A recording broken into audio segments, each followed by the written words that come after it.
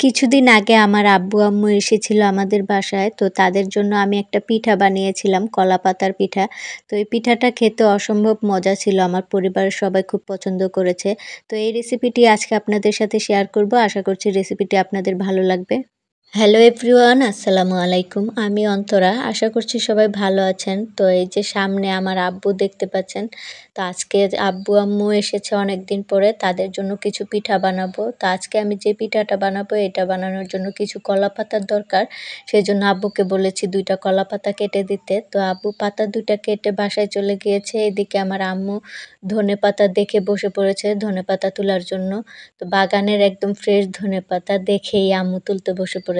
যাই হোক, এইদিকে আমি পিঠা বানানোর জন্য বসে পড়েছিলাম। তো আজকে আমি একটু বেশি করে পিঠা বানাবো, সেই জন্য একটা মিডিয়াম সাইজের পাতিলে তাল নিয়েছি 2 বাটি। তারপর তালের মধ্যে আমি গুড় দিয়েছি, গুড়গুলো একটু গুঁড়া করে তারপর দিয়েছি এর মধ্যে নারকেল আর লবণ দিয়ে হাত দিয়ে মেখে নিচ্ছি সবগুলো উপকরণ। এখন আমি দিয়ে দিচ্ছি চালের গুঁড়া, 3 বাটি মতো আমি চালের গুঁড়া দিয়েছি। প্রয়োজন হলে আরও দিতে হবে।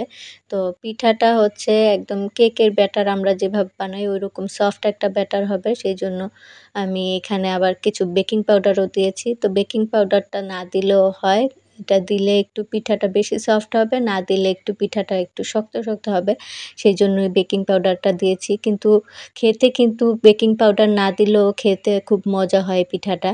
যাই হোক, আমি ব্যাটারটা রেডি করে ঢাকনা দিয়ে ঢেকে রেখে দিয়েছি। 1-1.5 ঘন্টা ঢেকে রেখে দেবো এটা। এখন আমি কলা পাতাগুলো কেটে নিচ্ছি। কলা পাতাটা আমি একটু বড় করে কেটেছিলাম যেন বড় বড় করে পিঠা বানাতে পারি। এরপর আমি পাতাগুলো খুব ভালো করে ধুয়ে তার উপরে তেল ব্রাশ করে নিয়েছি। তো প্রথমে আমি কাঁচা পাতার মধ্যে পিঠা বানাতে চেয়েছিলাম, কিন্তু সেটা হয়নি। তারপর আমি একটু পাতাগুলো ভাপে সিদ্ধ করে তারপর পিঠা বানাতে এসেছি, দেখতে পাচ্ছেন।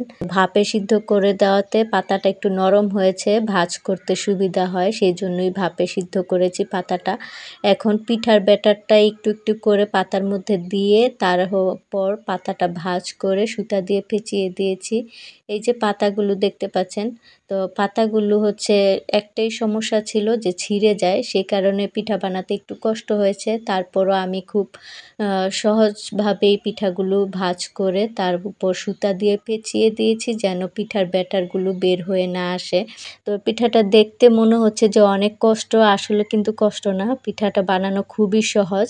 সুতাটা কোনো মতে একটু পেঁচিয়ে তারপর রেখে দিলেই হয়। এরপর হচ্ছে আমি সবগুলো পিঠা আস্তে আস্তে বানিয়ে নিয়েছি, দেখতেই পাচ্ছেন।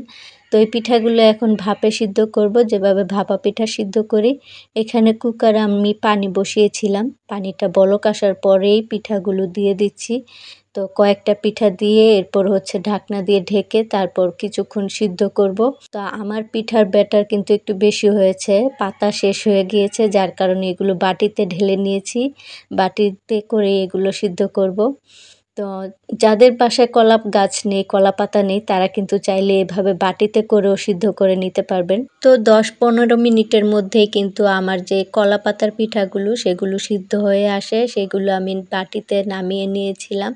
এরপর আরও পিঠা বসিয়ে তারপর আমি এগুলো খুলতে বসেছি, দেখতে পাচ্ছেন।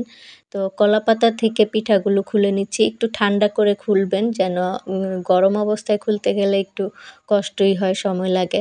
তাই একটু ঠান্ডা করে পিঠাগুলো খুলে নেবেন পাতা থেকে। তো এই হচ্ছে আমার কলা পাতার পিঠাগুলো।